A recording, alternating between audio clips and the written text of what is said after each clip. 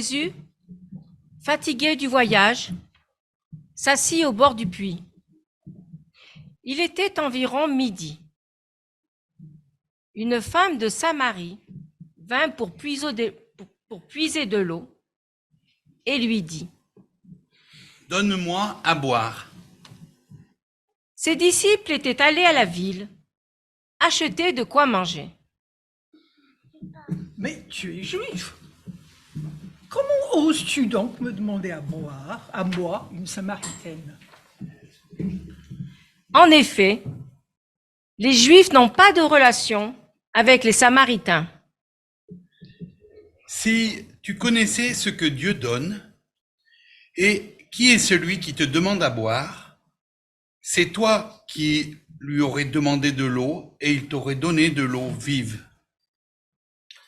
Maître, tu n'as pas vu de seau, et le puits est profond. Comment pourrais-tu avoir cette eau vive ?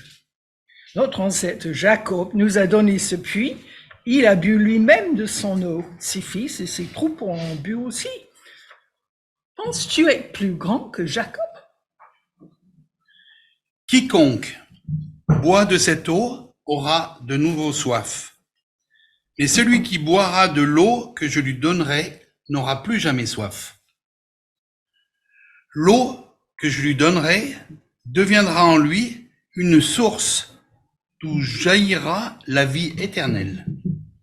Maître, donne-moi de cette eau pour que je n'ai plus soif et que je n'ai plus besoin de venir puiser l'eau ici. Va chercher ton mari et reviens ici. Je n'ai pas de mari. Tu as raison d'affirmer que tu n'as pas de mari, car tu as eu 5 maris. Et l'homme avec lequel maintenant tu vis n'est pas ton mari. Tu as dit la vérité. Maître, je vois que tu es un prophète.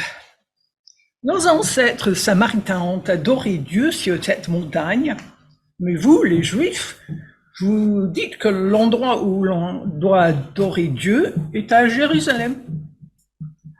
Crois-moi, le moment vient où vous n'adorerez le Père ni sur cette montagne, ni à Jérusalem. Vous, les Samaritains, vous adorez Dieu sans le connaître. Nous, les Juifs, nous l'adorons et le connaissons, car le salut vient des Juifs. Mais le moment vient, et il est même déjà là, où les vrais adorateurs adoreront le Père en étant guidés par son esprit et selon sa vérité.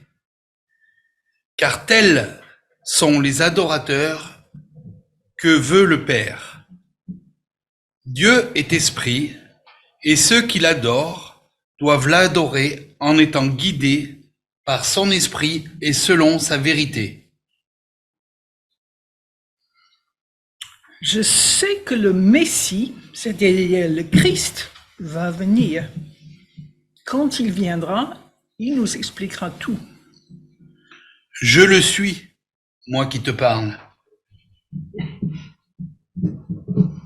À ce moment-là, les disciples de Jésus revinrent et ils furent étonnés de le voir parler avec une femme. Mais aucun d'eux n'osa lui demander : « Que lui veux-tu ? » ou « Pourquoi parles-tu avec elle ?» Alors, la femme laissa là sa cruche d'eau et retourna à la ville, où elle dit aux gens : « Venez voir un homme qui m'a dit tout ce que j'ai fait. Serait-il peut-être le Messie ? » Merci pour cette lecture vivante. Que je parle dans le bazar, là. Donc, c'était ce fameux texte de la rencontre de Jésus et de la Samaritaine. J'ai choisi ce texte, qui n'est pas du tout le texte du jour, parce que tout le monde sait que c'est la transfiguration, je crois.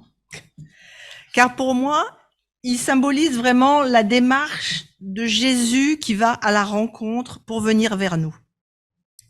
Bon, il faut que je vous avoue aussi que j'ai un petit coup de cœur pour ce texte parce que c'est celui qu'on avait choisi pour notre mariage.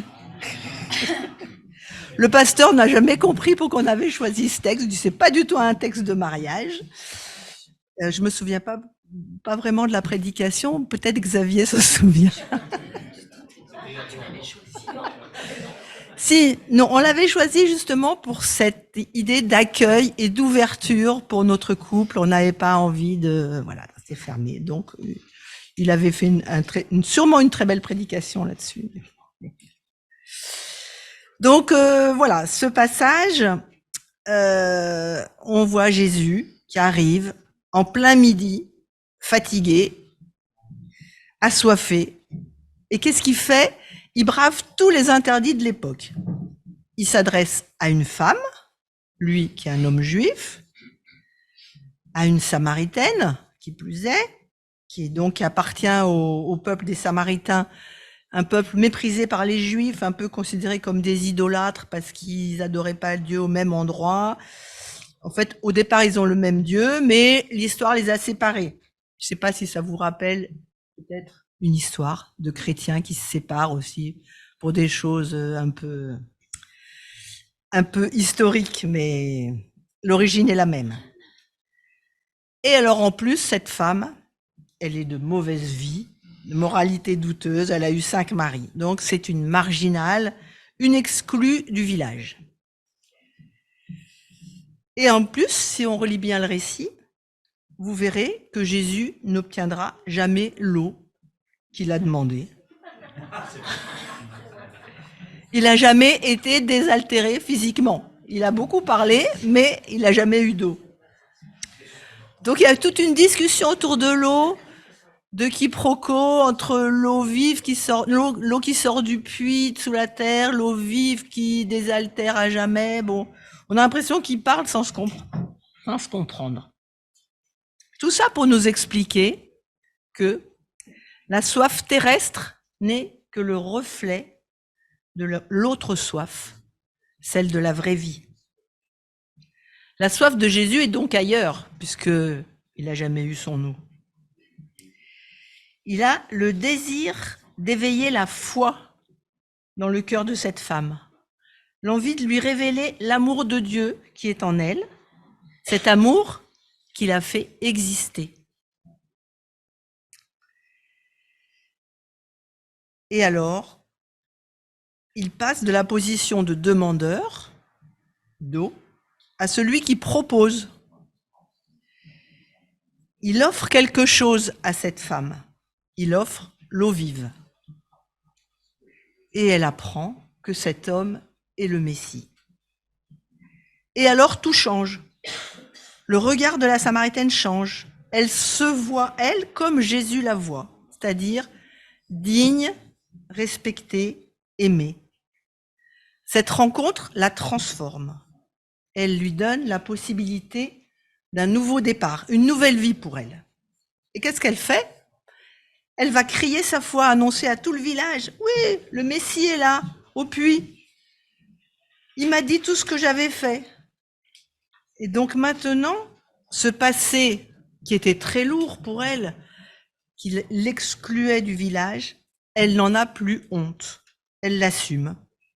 Sa foi à elle est devenue la source d'eau vive, la source jaillissante. Et c'est elle qui désaltère Jésus. C'est cette foi qui désaltère Jésus. Et cet épisode, donc, moi je le vois comme cet homme, Jésus, qui renverse toutes les barrières humaines. C'est un homme libre. Il ne se laisse pas emprisonner par les préjugés nationaux, religieux, raciaux, sexistes, qui nous empoisonnent la vie, quelquefois, et empêchent les gens de se rencontrer. Si nous nous enfermons dans ce qui est connu, bien balisé, par exemple, un culte bien balisé, et que nous refusons le reste, eh ben, nous devenons incapables de liberté et de témoignage. Jésus, par sa source d'eau vive, nous rend capables, comme lui, de rencontrer les autres sans avoir peur. Le voulons-nous, nous aussi? Amen.